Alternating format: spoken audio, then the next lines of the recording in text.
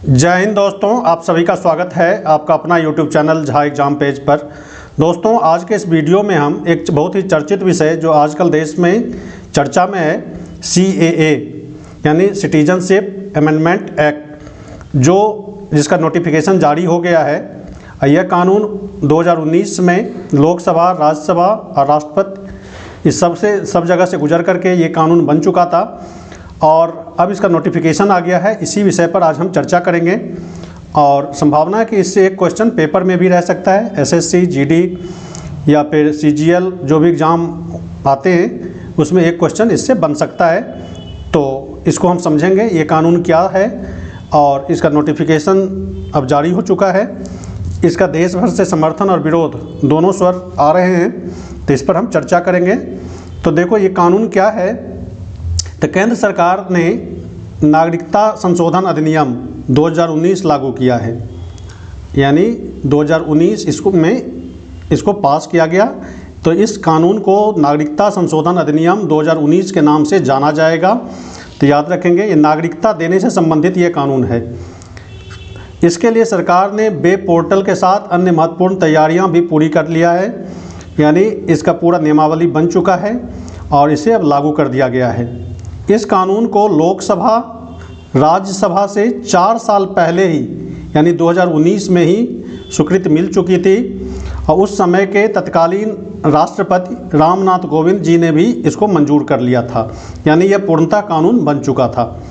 अब सरकार ने भी इस कानून के लिए नोटिफिकेशन जारी कर दिया है। अब इसके नियमावली बन गए हैं। इसके वेब पोर्टल के साथ महत्वपूर्ण जानकारियाँ भी वेबसाइट पर उपलब्ध है। तो कोई भी आदमी अब इस कानून के तहत नागरिकता लेने के लिए ले सकता है। इसकी अधिसूचना जारी हो चुकी है। क्या है नागरिकता संशोधन अधिनियम, CAA क्या है, इसके बारे में जानेंगे। नागरिकता संशोधन अधिनियम, जिसको सिटीजनशिप अमेंडमेंट एक्ट के नाम से जाना जाता है, CAA सिटीजनशिप अमेंडमेंट एक्ट, नागरिकता में किया गया एक संशोधन है। ये जो हमारे देश में नागरिकता कानून चल रहा था 1955 का, उसमें किया गया एक संशोधन है। इसके तहत भारत के पड़ोसी देश अफ़गानिस्तान, बांग्लादेश और पाकिस्तान से आए अल्पसंख्यक हिंदू, जैन, पारसी, सिख, ईसाई, याद रखेंगे इन समुदायों के नाम। अल्पसंख्यक समुदाय जो दूसरे देश में, हमारे पड़ोसी देश में जैसे पाकिस्तान, बांग्लादेश, अफ़गानिस्तान के ये अल्पसंख्यक समुदाय के लोग जैसे हिंदू, जैन, पारसी, सिख और ईसाई समुदाय के प्रवासियों को भारत की नागरिकता दी जाएगी। इस कानून के तहत कौन कौन से समुदाय हैं? हिंदू, जैन, पारसी, सिख और ईसाई। तो इन समुदाय के लोग जो पाकिस्तान, बांग्लादेश और पाकिस्तान से आए हुए हैं यदि, तो वो इस नागरिकता के लिए अप्लाई कर सकते हैं। नागरिकता संशोधन अधिनियम 2019 में किन्हें नागरिकता दी जाएगी? इस नागरिकता संशोधन अधिनियम के तहत किसे नागरिकता दी जाएगी? इसके लिए केंद्र सरकार ने नागरिकता अधिनियम 1955 में संशोधन किया है। ऐसे अवैध प्रवासी जो अभी अवैध रूप से रह रहे हैं हमारे देश में, जो अपने देश में अल्पसंख्यक थे, अपने देश में अल्पसंख्यक थे और धार्मिक उत्पीड़न का शिकार होकर 31 दिसंबर 2014 से पहले भारत में बस चुके हैं। यानी वैसे अल्पसंख्यक अपने देश के, यानी पाकिस्तान, बांग्लादेश और अफ़गानिस्तान के वो अल्पसंख्यक समुदाय के लोग जो अपने यहाँ धार्मिक उत्पीड़न का शिकार होकर के 31 दिसंबर, यानी डेट याद रखेंगे, 31 दिसंबर 2014 से पहले भारत में बस चुके हैं, उन्हें ये नागरिकता दी जाएगी। लेकिन ये अवैध प्रवासी हैं कौन? CAA के तहत उन सभी प्रवासियों को अवैध माना गया है। यानी अवैध प्रवासी किसे माना गया है? तो इस कानून के तहत उन सभी प्रवासियों को अवैध माना गया है जो बिना किसी दस्तावेज के, यानी पासपोर्ट और वीज़ा के भारत में घुस गए थे, या फिर वे लोग जो वैध दस्तावेज लेकर आए थे लेकिन तय समय के सीमा से अधिक समय तक भारत में ही रह रहे हैं।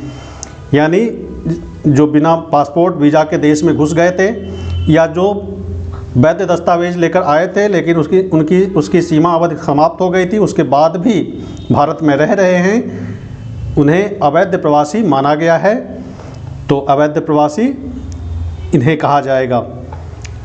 क्या अभी तक किसी को नागरिकता मिली है?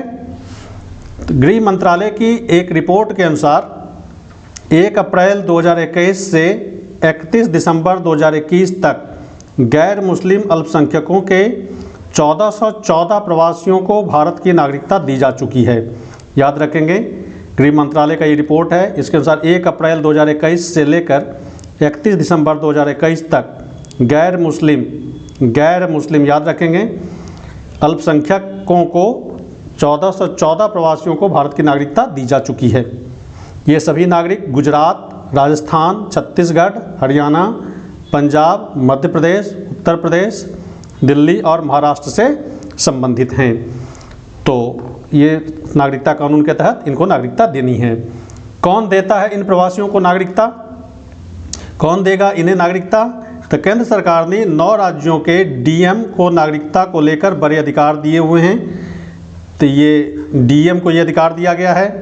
पिछले 2 सालों में 9 राज्यों के 30 से अधिक जिला मजिस्ट्रेटों और गृह सचिवों को यह अधिकार दिया गया है कि वे अफगानिस्तान, बांग्लादेश और पाकिस्तान से आए हुए प्रवासियों को भारत की नागरिकता दे सकते हैं। यानी ये अधिकार किसको दिया गया है?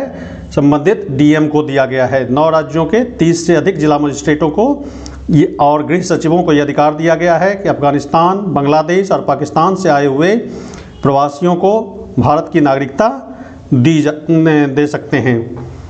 क्या सीएए से किसी की नागरिकता छीनी जाएगी?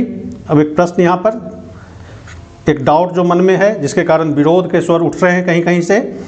तो इसके तहत सीएए से किसी की नागरिकता छीनी जाएगी? नहीं, बिल्कुल नहीं छीनी जाएगी। सीएए में किसी भी भारतीय नागरिक की नागरिकता को छीनने का कोई प्रावधान नहीं किया गया है। यानी इस अमेंडमेंट एक्ट से किसी भी भारतीय नागरिक की नागरिकता को छीनने का कोई प्रावधान नहीं किया गया है। किसी भी तरह की समस्या नहीं आएगी। गृह मंत्री अमित शाह ने कहा है कि सीएए से किसी की नागरिकता नहीं छीनी जाएगी। यानी सरकार ने स्पष्ट किया है, गृह मंत्रालय ने, कि सीएए कानून से किसी की नागरिकता नहीं छीनी जाएगी। इसके तहत 31 दिसंबर 2014 से पहले जो भी गैर मुस्लिम अफगानिस्तान, पाकिस्तान और बांग्लादेश से भारत में आए थे, उन्हें नागरिकता दी जाएगी। यानी गैर मुस्लिम वर्गों के लिए ये नागरिकता का प्रावधान है। 31 दिसंबर याद रखेंगे 2014 से पहले इन 3 देशों से, पाकिस्तान, अफगानिस्तान और बांग्लादेश से आई गैर मुस्लिम अल्पसंख्यक को क्या दिया जाएगा? नागरिकता दी जाएगी। तो गैर मुस्लिम यानी हिंदू, जैन, पारसी, सिख, ये सब लोग यदि वहाँ से धार्मिक उत्पीड़न के कारण भारत में आ गए हैं 31 दिसंबर 2014 से पहले, उन्हें भारत की नागरिकता दी जाएगी। लेकिन ये नागरिकता मिलती कैसे है? ये नागरिकता मिलती कैसे है? किसको दिया जाएगा? तो भारत में नागरिकता पाने के लिए कम से कम 11 सालों तक भारत में रहना अनिवार्य है। इस कानून के तहत नागरिकता लेने के लिए कम से कम 11 सालों तक भारत में रहना क्या है? अनिवार्य है। यदि कोई व्यक्ति भारत में 11 साल तक रह लेता है तो इसे भारतीय नागरिक कहलाने का कानूनी अधिकार है। यदि कोई व्यक्ति 11 साल तक रह लेता है तो उसे भारतीय नागरिक कहलाने का कानूनी अधिकार है। तो फिर सीएए को लाने की ज़रूरत क्यों पड़ी? तो नागरिकता संशोधन अधिनियम के अनुसार अफगानिस्तान, पाकिस्तान और बांग्लादेश से आए गैर मुस्लिम प्रवासियों को अब 11 साल की जगह 6 साल रहने पर ही नागरिकता दे दी जाएगी। याद रखें, पहले 11 साल का प्रावधान था, अब 6 साल तक ही रह लेते हैं यदि, तो उन्हें नागरिकता दे दी जाएगी। पाकिस्तान, अफगानिस्तान और बांग्लादेश से आए गैर मुस्लिम प्रवासियों को अब 6 साल रहने पर ही नागरिकता दे दी जाएगी। लेकिन दूसरे देशों के लोगों को तभी नागरिकता दी जाएगी जब वे भारत में 11 साल तक रह लेंगे, चाहे वह किसी भी धर्म के क्यों न हो। दूसरे देश से आए हुए लोग कम से कम उन्हें 11 साल तक यहाँ पर रहना होगा, चाहे वो किसी भी धर्म का हो, तभी उन्हें नागरिकता दी जाएगी। सीएए के तहत आवेदन कैसे किया जाएगा? आवेदन हम कैसे कर सकते हैं? सीएए के तहत आवेदन हम कैसे कर सकते हैं? इसके लिए सरकार ने पूरी प्रक्रिया को ऑनलाइन कर दिया है। ये ऑनलाइन प्रोसेस है, सरकार ने इसे ऑनलाइन बना दिया है और वेब पोर्टल भी तैयार कर दिया गया है। यानी वेब पोर्टल पर आप इसे नागरिकता के लिए अप्लाई कर सकते हैं। इसके लिए आप अपने मोबाइल से भी अप्लाई कर सकते हैं। नागरिकता के लिए कोई भी आदमी यदि इस तरह की नागरिकता चाहते हैं तो मोबाइल से भी अप्लाई कर सकते हैं। अप्लाई करते समय आवेदक को यह बताना होगा कि वे किस साल से भारत में बिना डॉक्यूमेंट के आए थे, किस साल से भारत में बिना डॉक्यूमेंट के रह रहे थे, तो ये भी उन्हें बताना होगा। तो आवेदन करने के लिए वेब पोर्टल से यानी ऑनलाइन वो अप्लाई कर सकते हैं। तो इस वीडियो में इतना ही। यदि CAA पर कोई कन्फ्यूजन हो, किसी भी तरह का डाउट इस कानून के को लेकर के, तो आप हमें कमेंट करके ज़रूर बताएं। और वीडियो पसंद आए तो कमेंट करें, लाइक करें, चैनल को सब्सक्राइब करें। तो आज इस वीडियो में बस इतना ही। हम मिलेंगे नेक्स्ट वीडियो में, तब तक के लिए धन्यवाद।